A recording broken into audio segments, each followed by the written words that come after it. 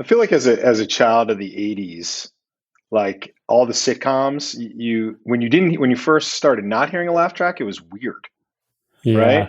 And then You you get can't the even disclaimer sometimes, film before a live studio audience. And you're like, right. really? I always Yeah. And assumed there then were signs that flashed too, like laugh now.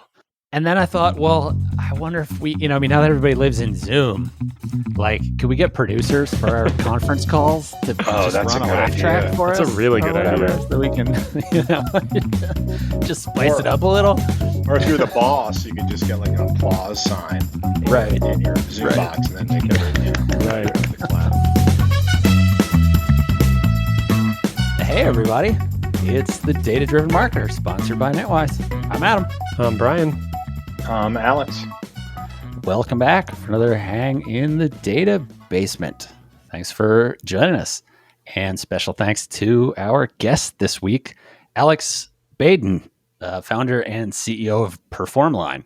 Yeah, Thank you. Nice to be joining here us. with you guys. I'm looking forward to it.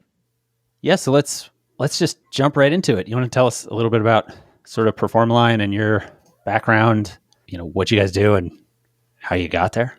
Yeah, absolutely. So we are pioneers in the regtech industry, regulatory technology, and we're focused on a problem that a lot of companies have that are in regulated industries, which is making sure that all of their sales and marketing communications and really all of their ongoing customer interactions are compliant with rules and regulations around avoiding deception for prospective customers and really kind of truth in advertising type laws. And different industries have a different extent of laws and best practices and regs. We spend a lot of our time in the consumer finance space, which really uh, became a big focus of regulators after the financial crisis and through the creation of Dodd-Frank and the creation of the Consumer Financial Protection Bureau.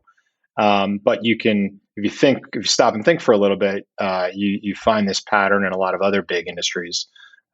Every pharmaceutical ad you've ever seen on television, right? The majority of that ad is what you call fair balance given to safety information, right? Don't take this drug if you're pregnant. If these conditions persist, call your doctor. May cause blindness, et cetera, et cetera.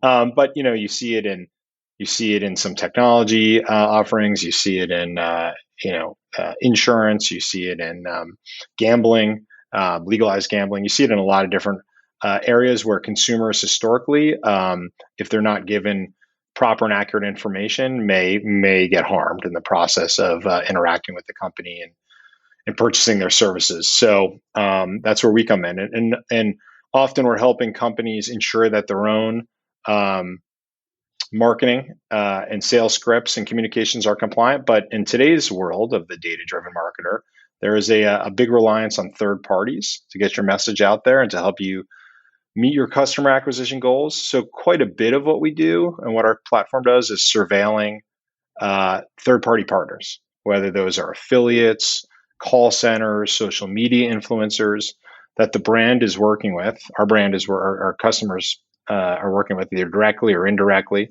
to help find and discover when there's a potential issue there and to remediate and to take action before there could be some brand damage, an upset customer, or to the worst extreme, a regulatory action against that company if it's happening repetitively at scale. Wow, very interesting. Here's a really broad question that's kind of on my mind all the time. Does all marketing, does all branding, does all messaging that companies put out have some level of compliance? Are there rules and regulations for what I as an entity, as a business, or not an entity as a business in the United States can and can't do? Or does it only come into play at a certain industries, certain business types, certain sizes, stuff like that? Yeah, I think there's probably there's certainly regulators like the FTC that aren't industry specific, that have guidelines and rules almost for every advertisement type. And then there's industry specific regulators. So like FINRA for broker dealers or the OCC for banks and fintechs that have very industry specific rules and guidelines that need to be followed. But like, I'll give you like some examples of rules and regs that cross industries would be things like GDPR or recorded disclaimers. Letting a consumer know that their call is being recorded. That's not industry specific.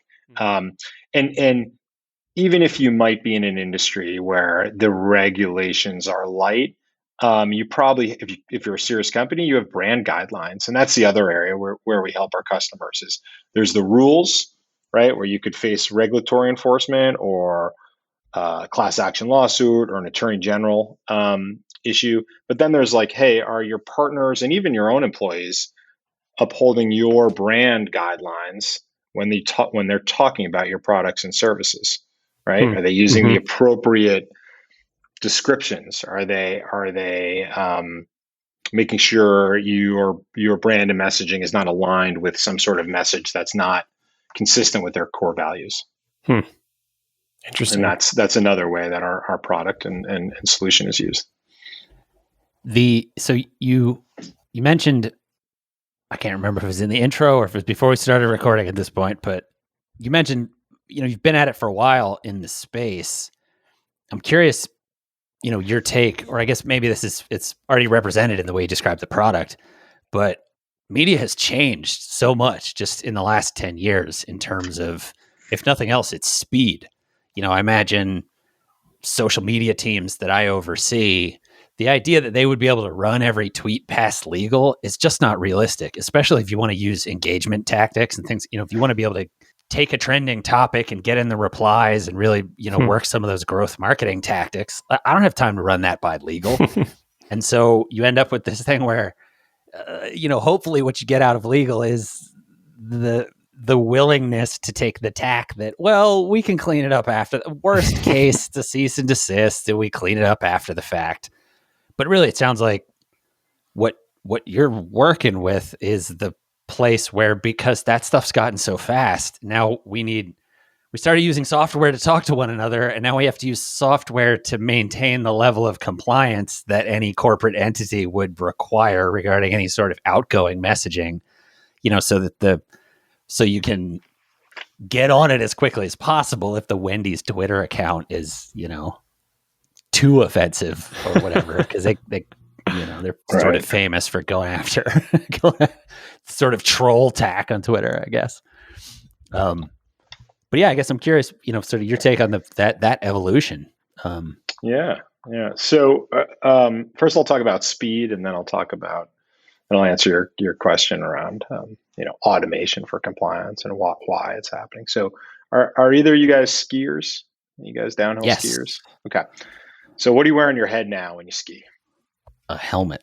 A helmet. That's right. And if you remember when helmets first came out, I don't know, 20, right? It used to just be for racers, and we all used to wear, knit hats or whatever. And then helmets became a thing, and it was, best practice. And you're like, all right, well, this thing's going to keep me safe. But then you realized, you know what? I'm actually a little bit of a better skier. I'll ski a little faster. I'll point my skis downhill a little more. Maybe I'll ski in the trees more than I used to. And you all of a sudden realize, like, not only is this thing like a safety tool, but it's actually enhancing my performance. And that's kind of how we think about Performline as an application. Like we're the ski helmet or the seatbelt, so that marketing can move fast, right? So that you can try new tactics. You want to try Twitter, try Twitter. You want to try TikTok, try TikTok. And you can do it at the speed you want to do it without having to get slowed down by what in your mind may be your impression of, well, it'll take forever to get compliance approval on this, right? Because customer acquisition is what drives businesses. But you got to make sure that you do it in a way where you're mitigating your risk and you're careful and you're catching things before they become a problem. So that's kind of how we think about speed and why we exist. Yes, we're there to mitigate risk and help make the compliance professional's life easier and data-driven and more efficient. But we're really there so that companies can move faster to acquire customers in different channels and test new things. The funny thing about the helmet analogy is that used to be my argument against wearing a helmet when I didn't want to. Mom would be like, "You should really wear a helmet." I'd be like, "Well, it'll make me more reckless." And she'd kind of go, okay, fine. And then she watched me run into a tree without one at one point, and then went, "No, you're wearing a helmet now. You're wearing a helmet, right? You're reckless either way." Yeah, and in terms of like that story that you told us about legal, like, yeah, I think it's some companies and some industries you're going to play like that. Maybe you should, right? If you're a small company in a non-regulated space, you got to get traction. You got to get the ball rolling. But if you're a large entity in a regulated space, and either you've been warned by a regulator or you just saw a competitor of yours pay $100 million fine, you're not gonna shoot first and ask questions later, right? It's just you just need to have compliant messaging in market to the extent you can control it. And we're there to discover when non-compliant content is out there so it can be remediated quickly. And we do this on 5 channels: web, contact center, social, messaging, and email. And then we recently launched our 6th channel, which is proactive compliance monitoring, document review, so that if you are a large customer of ours like Quicken Loans and you send out a lot of, or Rocket, I should say today, you send a lot of direct mail, typically a company that size would have a several week internal SLA kind of review between content creation, review by content controls or compliance, approval to drop that email. Using our technology, we can score an email or direct mail or a PDF or brochure in almost near real time and tell the marketer, hey, this looks great, except you have an outdated interest rate. Or this looks great, but the disclaimer needs to be updated for this new fair lending law in this state, without it ever having to go to the content controls. And that just means, more customers faster in a compliant way. Yeah, I can say, as somebody who's worked at companies of different sizes, it's frustrating a lot of times to get plugged into a system that has that sort of 7-week turnaround on a thing, because it doesn't keep sales or the people above you in the marketing department from demanding the things that they want to have happen really quickly. And then you go, well, I can't put that. It's going to take me 7 weeks just to get it approved. And then we might make some changes, and then it's another 7 weeks. And then it just, definitely difficult. And then, so we're trying to cut those cycles down. I think is your customer primarily the marketing departments that are coming to you? Is that the kind of the user? Initially it was when we kind of pivoted. We can talk about the backstory in a bit when you want to. But when we first became a SaaS business, because we had been working with marketing departments in our previous business, that was the initial customer. But then as we got more and more success and penetration with bigger enterprises that actually had, dedicated marketing and compliance teams and folks, those people became our customer. And they're actually a better customer for us for a few reasons. One, like, they are the end user, right? And I think you don't get into marketing because you want to get keen on compliance, right? So, as a marketer, you may have to spend a little bit of your time worried about compliance, but it's not your number one priority, right? So having a customer that has, a lot of usage in our platform as a SaaS business, that's interested in, having proof you can use, right? And now has a method to like build relationships internally with their marketing partner through kind of shared data. That's been helpful for us and really helpful for the compliance department. So I think I'd say now about 80% of our customers and users are in the compliance department. 20 are still in marketing, and it does depend how the company's set up. I mean, we have a very large credit card issuer client who does credit card online card acquisition, and they ask their acquisition team to manage their affiliates for not just performance but for compliance.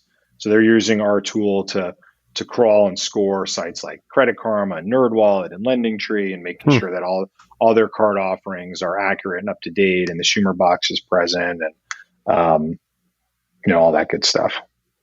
Interesting. I hadn't thought about that aspect of, like, in the world of aggregated information on the meta websites that are all relisting things from other sites for the affiliate juice or whatever, that you might end up with misrepresentation on I mean, those that's honestly marketplaces, that right? that's probably that was our initial use case, right? Because those sites are pretty opaque, so it's hard to find where your offering is.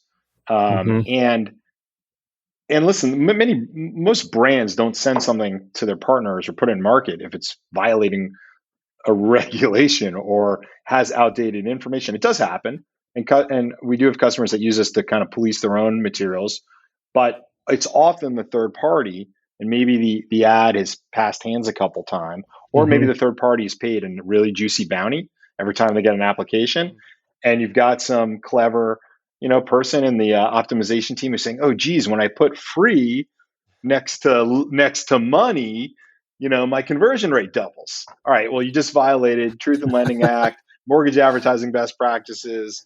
You just violated like 15 UDAP issues there. But like, if you're an optimization expert who really isn't thinking about compliance, you just saw your numbers improve. Right. So like using us to find those instances, that's really where the Interesting. the wow factor is, I think. So I wonder, and maybe this is a good bridge into kind of the story of like you mentioned, the pivot into where you are now.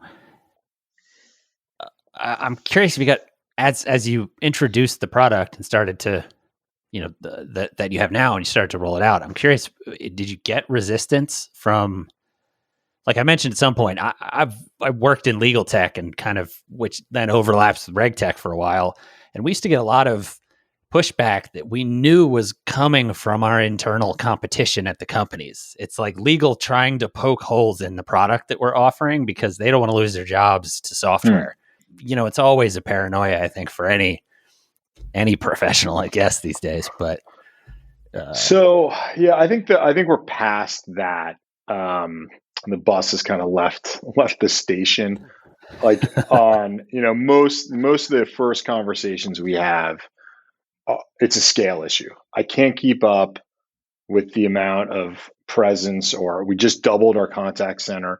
We went from 100 loan officers to 300 loan officers. A random sampling of calls isn't cutting it anymore, right? Like they're looking at the ROI story and they're like, all right, I have 2 people monitoring my affiliates. I now have 200 aggregators that all have thousands of URLs under them. Where we did get some resistance was when we first brought the SaaS offering to market, and this was 10 years ago. We started in the online education space because there's kind of 3 things happening back then in online education. Really large ad spend. So at the time, 3 of Google's top 10 largest advertisers were University of Phoenix, Kaplan University, and the EDMC school network like Art Institute and South University. That's one circle. The second circle that intersects with that is mounting compliance pressure. So the Department of Education was cracking down on for-profit schools for deceptive marketing, like, hey, get your degree in 1 year and earn $100,000 as a prep cook, your culinary degree online or what have you. So and they were threatening to pull Title IV funding from some of these schools. So that was the lifeblood. And then the third circle that intersected was a lot of reliance on third-party lead aggregators that were pretty opaque to the advertiser. So those were either call centers that were live transferring leads or affiliates or what have you. So when we went to that market, some of the early kind of pushback we got was, "Are we better off not knowing? If you guys produce findings and proof that our partners are deceiving students, like then all of a sudden we're responsible for that, and we can get in trouble." So it was like the ostrich, right. the ostrich defense. But that quickly changed. That space got shaken up, though. A lot of those schools are no longer around. The ones that were committed to compliance and kind of cleaning up some of the bad practices of the past, survived in some form or another. Some became non-for-profits. Others merged with like traditional school systems, and some, just did the right thing and survived. But when we moved into the consumer finance vertical, we got none of that. And that's why we're like, oh, this is where we need to be. We have budget for surveillance tools. Here's the team that's going to use it. We really, we have 5 million customers. We have their best interests at heart. We need to make sure they know what they're signing up for. So it just felt a little different. And it was about bringing technology into that side of the enterprise where it was really manual prior to us getting there. They also deal with regulatory bodies that will levy fines after the fact, regardless of plausible deniability. So they're not going to try. They all did. Just some of those other guys wanted to believe if they didn't know they were safe. Right. Yeah. So we had a lot of webinars about with lawyers, ignorance is not an excuse. You're still going to get in trouble. Right. Totally. Yeah, you're in a really interesting position, and the way you pitched the value prop of your business at the beginning, which I really liked how you did that, the ski helmet and how it enables you to be more flexible, more nimble, more aggressive with your business. It's really making sense here as I kind of see what you enable, because at a bigger picture level, you enable a whole new model for businesses, right? We talk about in business, there's a lot of talk about vertical integration, right? Like buying up the steps so you can control what's going on. But what I see that in parallel to that, something that's kind of new in the world is vertical disintegration, right? Where companies are specializing in a single little area. Like, for instance, the thing that's coming to mind for me right now is print companies that are just APIs, where everyone else now prints through them via a software interface, and they're not doing a lot of other stuff. And so enabling all these other layers of ways to go to market, right? All these layers of software companies are scraping offerings and reprocessing them in affiliate programs. And there's so much innovation available there, but it also removes you 1, 2, 3, 4, maybe many layers from how your business operates and what your brand looks like. And so you in this space are really not only allowing a company to comply better and to kind of leverage tools they're using, but you're enabling whole new levels of innovation for business from a data and software perspective that we can't do without it, right? It's gotten too unwieldy, it feels like, already. So we need something like this to really take it to the next level. Yeah, that's a really insightful kind of observation about our story and what we're doing, and we hope that's the case. That's our mission, and we hope our customers do feel that they can try more things without fear of significant slowdowns in order to make that happen. But there's a balance, right? Couple high profile fintechs got in trouble last year for doing some things like offering free checking without the proper licenses, or acting like a bank without being licensed like a bank. And if there's a lot going on in fintech, so you can move really quick, but there are some times where you need to slow down a little bit and get your ducks in a row. Well, I think it's one of those things that the emergent need for the solution makes sense in the space that we talk about so often on the podcast, which is just how every time you add a new layer of abstraction to your ability to do whatever, even if that layer of abstraction, like you said, is on a company level, all we do is print things, and it just stuff comes in and we print it and we put it in the mail and that's it. But you added that layer of abstraction, which creates complexity further back up the chain, right? And so we are so far past the level of complexity that you can keep in human brains anymore. That if we don't have the software solutions, we can't. You can't becomes a scale problem. You can't put enough bodies in a room to solve the problem anymore, because it's a million requests a day or whatever. Right. So yeah, I guess to the question of the story and kind of the pivot and how you ended up here, maybe that's a good sort of segue right there. Because I guess what signals did you see that caused you to say, sure, okay, this is where this is going, and so we should do this instead? Yeah, and it definitely was a pivot. I can't say as a small child I dreamed of being a compliance expert. That was never something I gave a lot of thought to. But what happened was, my entrepreneurial journey started in launching a media business, and it was a ad network. So it was a performance-based ad network, and we had we had quite a few clients in regulated industries, whether it was finance, insurance, or education. And we knew that a lot of the networks we were competing with were blind networks, meaning our customers would buy leads and clicks from us and pay us a performance bounty or goal for that click or lead as they would our competitors. But the standard kind of deal in that industry was that the networks were going to stay blind to the advertiser, meaning they weren't going to reveal where their traffic came from. And there was, I guess, a fear of being disintermediated by the advertiser that, hey, if we tell you that we're bidding on these keyword terms or that we have these bloggers in our network or these emailers, you'll just go direct and cut us out. And, why would you need us? And I always kind of questioned that. Like, does a Fortune 1000 company or a Fortune 100 company really want to curate, 20 mom bloggers? Like, don't they have other bigger things to be worrying about? So what we decided was to do the opposite of that and be as transparent as possible. And with every click we sold or lead we sold, we wrote some JavaScript that would capture a screenshot of the referring URL, so we could show to the advertiser where that traffic came from. And the idea was that you can clearly see that this is compliant traffic. This wasn't somebody filling out a form to win a free iPhone. This is somebody filling out a form because they're interested in refinancing their house, right? Or this traffic came from a click on an organic listing on a blog about better tax strategies. So TurboTax, this is a high intent person here.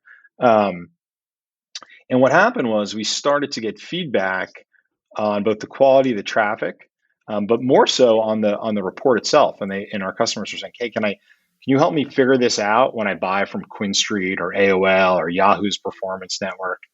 And that's when the light started to go off that, gosh, maybe there's a way to turn this into a software business. And then we started learning about SaaS and like, wow, this seems like a better business model. If we can keep the customers happy, we just have a base that we can add to and grow. And the multiples are obviously much better than media, right? That's why you see, SaaS multiples that are valued on future revenue and future growth, whereas in traditional media, it's really based on what did you do last year, what were your numbers last year.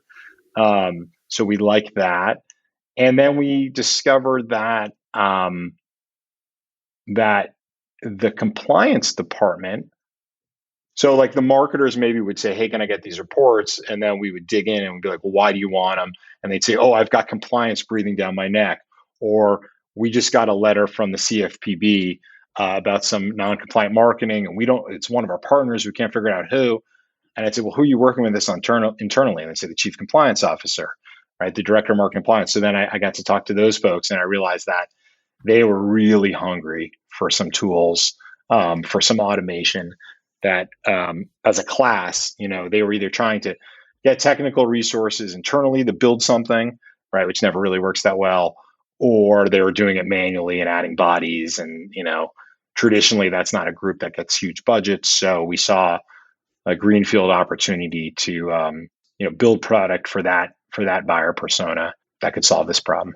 The part of that I love that we keep hearing it over and over as we talk to people in this sort of data-driven context like this, is just that when media and everything like that, when software starts to eat that media space, the data-driven thing is, to be able to think of everything in a data-driven way is critical for, if you want to excel in the space ultimately.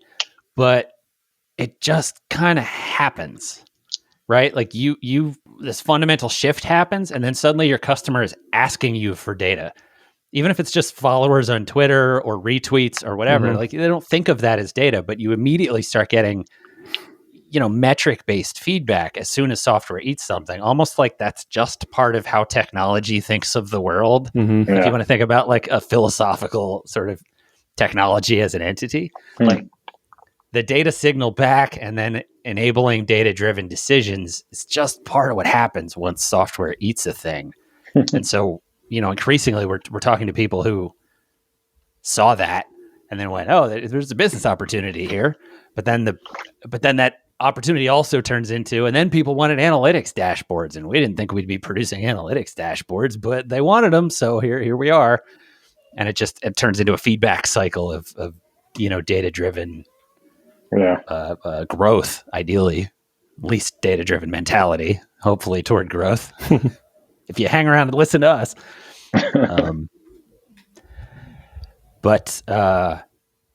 So how then did that grow into the summit and everything?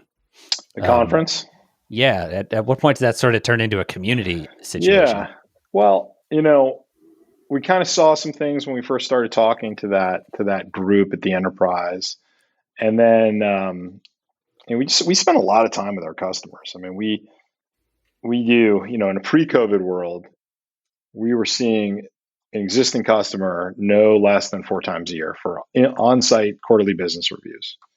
And often we'd see them more than that. So we just had a lot of opportunities to kind of get to know these folks. And we heard, that they were keen to share best practices and to hear what other people were doing. And, it was, you don't think of compliance like a fast moving space, but in the wake of the financial crisis, and the formation of the CFPB, it was like a whole new world.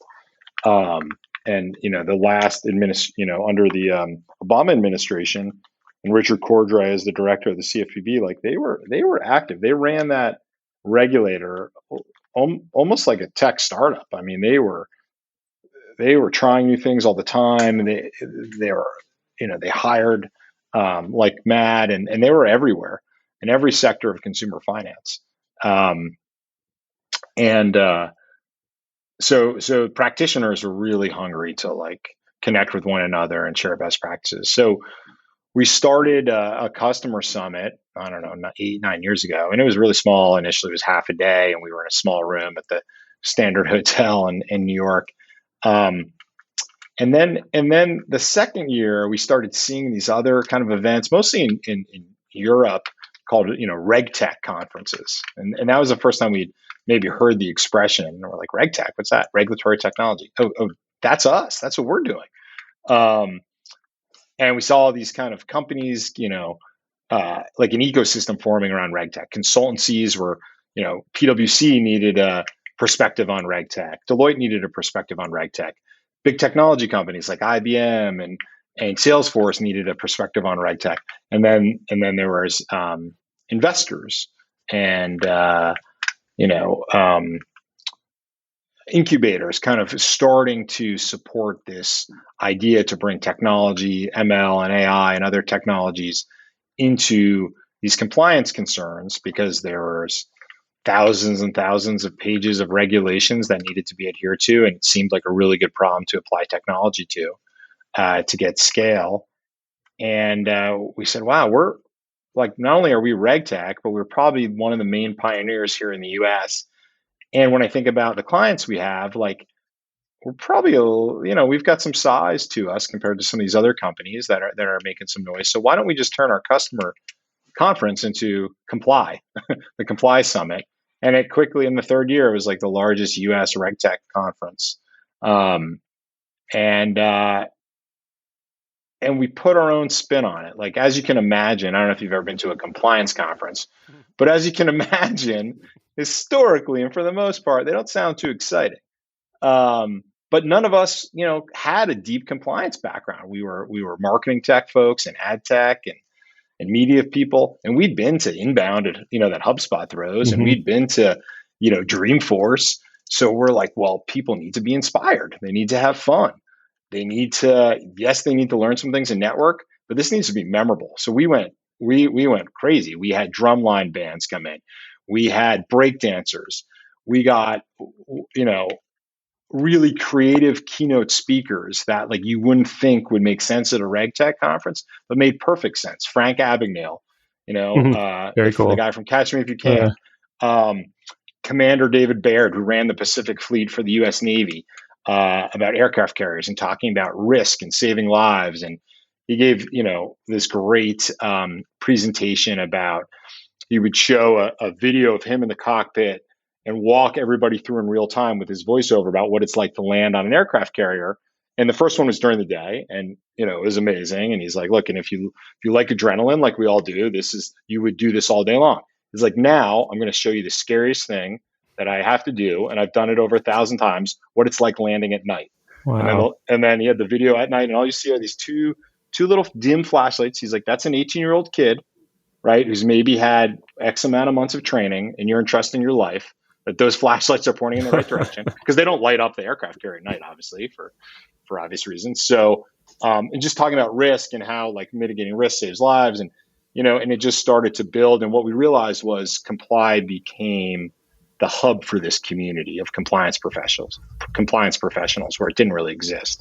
And that's spun out a couple really cool things. Like we have a really active kind of Slack channel for our community. We help people in the community find new jobs in compliance. We help companies find talent. And we've just kind of, helped support the community, and in turn, they've helped support us. I love you started by talking about the different sort of blank tech monikers, that pop up. You get regtech, martech, legal tech, whatever, right? Everything is, software's eating everything, right? So everything gets that tech thing at the end. And then it's funny because there's a period where we call it martech or regtech or whatever.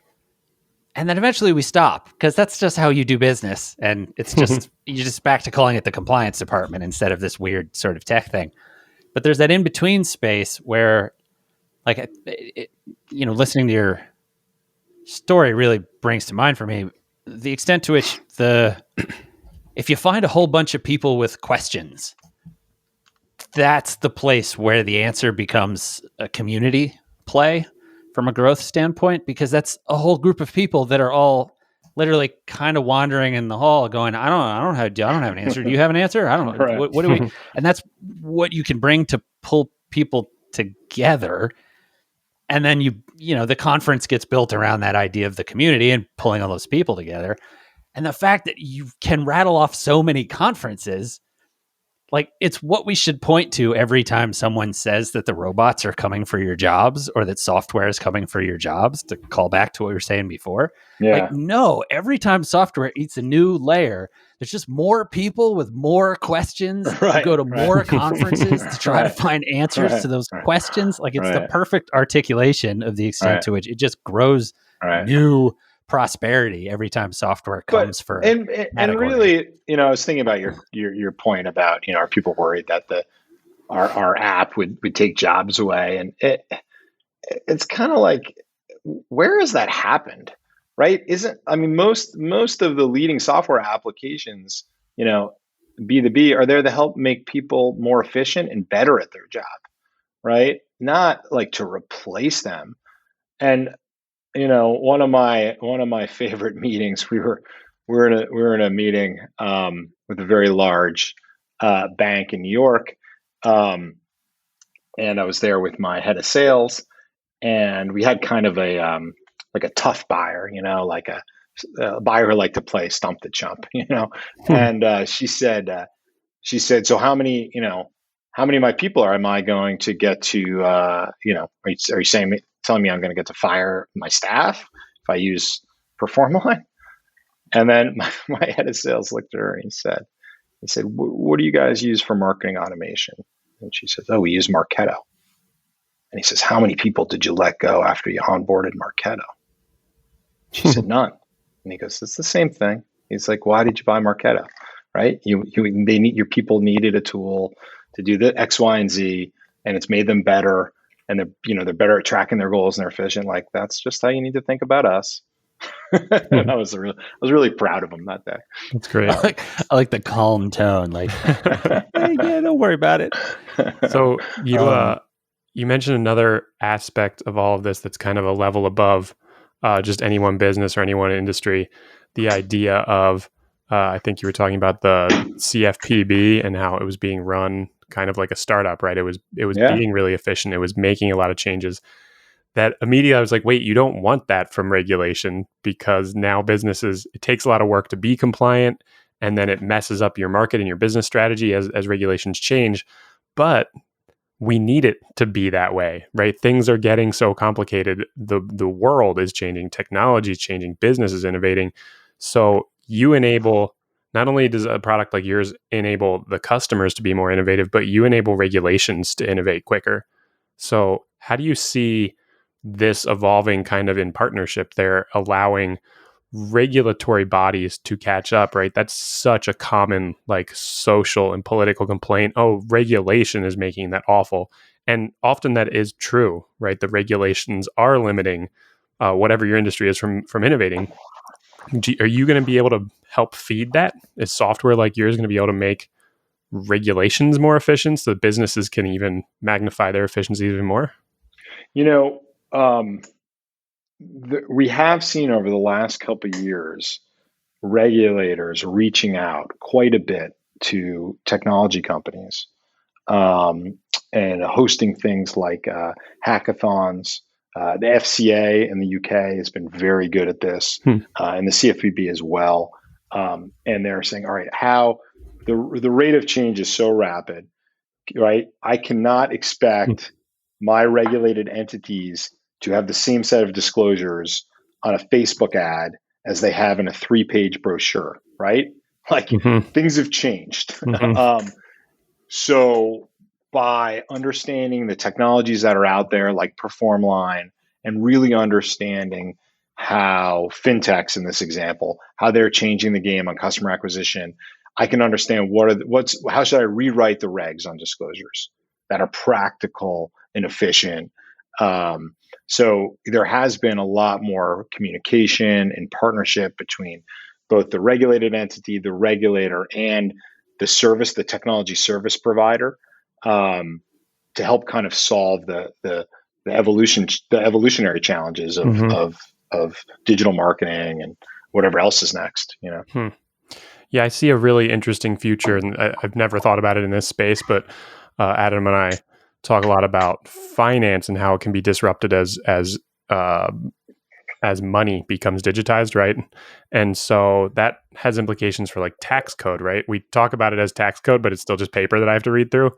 If it were an API layer, my accounting software could automatically do everything, right? And similarly with compliance, we're to a point where we see the software kind of coming together. It's making the sandwich right now, and the people are still in there having to read things and digest things. But it sounds like your company kind of provides the digestion of what the regulations are, and then automated software that informs, are you meeting them, right? Yep. And there's a point where the regulating bodies can have their software APIs, you can have your software APIs, and the businesses can just operate, and things will be taken care of. Yeah, and not just my company. There are a lot of really interesting companies doing some form of that, right? So there's Ascent does a really nice job of creating APIs around regulatory change. So if you're in a particular industry and there's some rule that's changing, like you can get a feed of that, or you have an API connection into their database, so you don't have to read the 90-page guidance from the FTC on a particular rule. And Fiscal Note out of DC, they're doing some really cool work around policy change and policy discussion. So they help synthesize kind of what's happening at the policy level. So there's a lot going on there. There's a lot of really cool companies working on helping them make that much more digestible via technology. We're out of time, but you managed to end. You managed to end right on the point that I literally wrote hundreds of pages of things about in law school about how software needs to eat the law next, so that so the way to read the law you're trying to comply with isn't that you download a 300-page PDF from like a crunchy old government website. Like, it's ridiculous we're still passing around pictures of pieces of paper. It's changing. That's exciting. Anyway, thanks for joining us. This was awesome. That was great. I wish we had more time. Love to come back and join you guys if you need. If you think we'll have to have you back. Cool. Yeah, super interesting what you guys are doing. Really cool business. Thanks everybody for listening to another one. This has been the Data Driven Marketer, sponsored by NetWise. I'm Adam. I'm Brian. I'm Alex. Thank you. Take it easy, everybody.